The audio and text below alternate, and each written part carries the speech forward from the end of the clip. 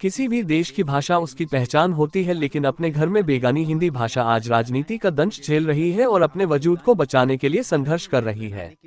लिहाजा अब हिंदी को सिर्फ हिंदी दिवस के दिन ही पूछा जाता है, जबकि विद्वानों द्वारा इस दिन हिंदी भाषा को ही उपमाओं से अलंकृत करते हैं और हिंदी दिवस के बाद यही विद्वान हिंदी से बोलचाल करने वाले लोगों को पिछड़ा समझते हैं।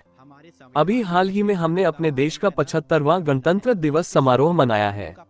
हम इस दिन संविधान की शक्तियों से सुसज्जित हो गए थे, लेकिन भारतीय न्याय व्यवस्था में अंग्रेजी भाषा का वर्चस्व होने के कारण हिंदी भाषी के लिए विपरीत परिस्थिति उत्पन्न करती है।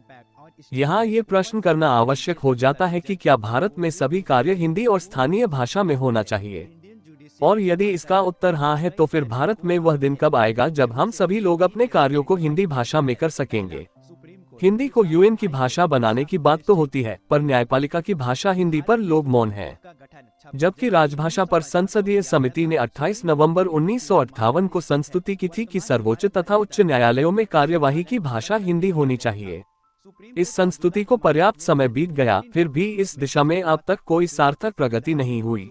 जबकि भारतीय संविधान के अनुच्छेद 348 की धारा 2 के अनुसार किसी भी प्रदेश के राज्यपाल राष्ट्रपति की सहमति से हिंदी या उस प्रदेश की राजभाषा में उच्च न्यायालय की कार्यवाही संपादित करने की अनुमति दे सकते हैं। इसी अनुच्छेद का लाभ लेते हुए राजस्थान, मध्य प्रदेश, उत्तर प्रदेश और बिहार के उच्च न्यायालयों में अंग्रेजी के साथ साथ हिंदी में भी कार्यवाही की अनुमति दी गई है। वहीं विधि आयोग ने हिंदी को सुप्रीम कोर्ट, उच्च न्यायालयों के कामकाज के लिए अव्यावहारिक बताया। 2008 में विधि आयोग को सर्वोच्च न्यायालय और उच्च न्यायालयों में हिंदी में कामकाज की संभावना पर अपनी संस्तुति देने का कार्य सौंपा गया, किंतु उसने नकारात्मक रिपोर्ट दी और उच्चतर न्यायपालिका में हिंदी सहित भारतीय भाषाओं के प्रवेश पर एक बार फिर प्रतिबंध लग गया। 27 जुलाई 2009 को संसद में विधि आयोग के 216वें प्रतिवेदन के संबंध में जानकारी देते हुए तत्कालीन विधि एवं न्याय मंत्री वीरप्पा मोइली का वक्तव्य था कि आयोग ने हिंदी को सर्वोच्च न्यायालय एवं उच्च न्यायालयों के कामकाज के लिए अव्यावहारिक बताया है। इसके पीछे राजनीति तो थी ही, भारतीय विधि शिक्षा का अभारतीय स्वरूप भी एक महत्वपूर्ण कारण था। इससे बड़ी विडंबना और कोई नहीं कि हिंदी को संयुक्त राष्ट्र की आधिकारिक भाषा बनाने की बात तो होती है, परंतु देश में उच्चतर न्यायपालिका की भाषा हिंदी हो, इस पर लोग मौन हैं। 75 वर्ष के बाद भी न्याय व्यवस्था नागरिकों को स्वभाषा में न्याय नहीं उपलब्ध करा सकी।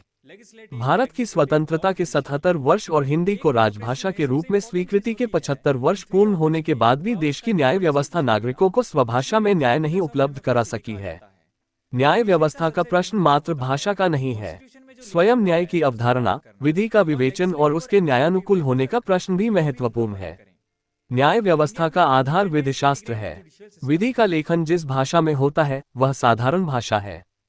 प्रत्येक साधारण भाषा स्वाभाविक रूप से अपने परिवेश के आधार पर ही अर्थ संस्थान का निर्माण करती है।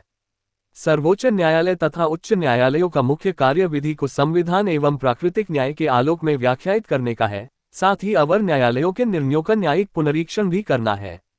ये दोनों कार्य भाषाई विश्लेषण पर आधारित निर्वचन प्रणाली की अपेक्षा करते हैं।